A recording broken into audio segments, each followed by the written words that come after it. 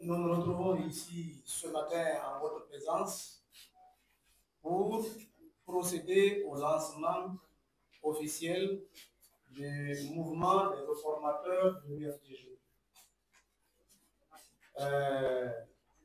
Contrairement à ce qu'a dit Alpha, ce n'est pas une conférence de presse du CERAC-FDG, mais c'est une évolution que vous présentera le professeur Lamar Nakuti tout à l'heure. Vous savez, ces derniers temps, vous avez suivi beaucoup de communication.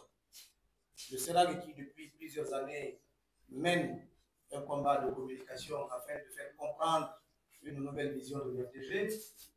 De l'autre côté, récemment, vous avez suivi un mémorandum signé par plusieurs fédérations, secrétaires fédéraux de la forêt et de la Guinée.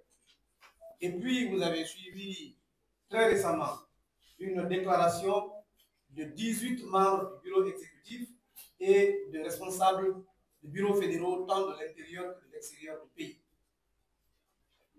À côté de ça, il y a d'autres courants, notamment celui de plusieurs responsables et militants de l'étranger, dont Dakar, Sénégal,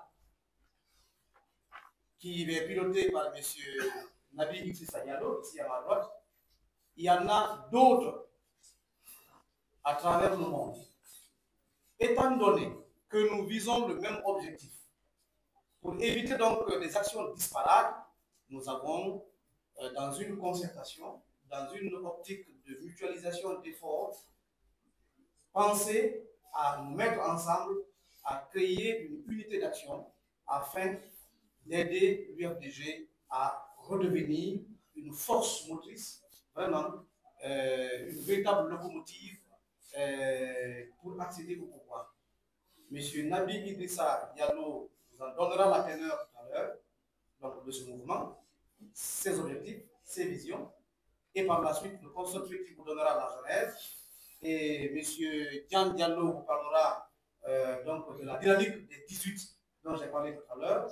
Monsieur Paul Rosal Coulier, qui est le fédéral UFDG de Sérékoré, signataire du mémorandum des 14, aussi vous dira tout à l'heure la motivation. Et M. Samuel Kourma, membre du conseil politique, prendra la parole et on terminera par M. Mohamed Traoré, B52, ancien secrétaire fédéral de l'UFDG à Kanoum, qui aussi est à la tête d'une autre dynamique. Je vous remercie.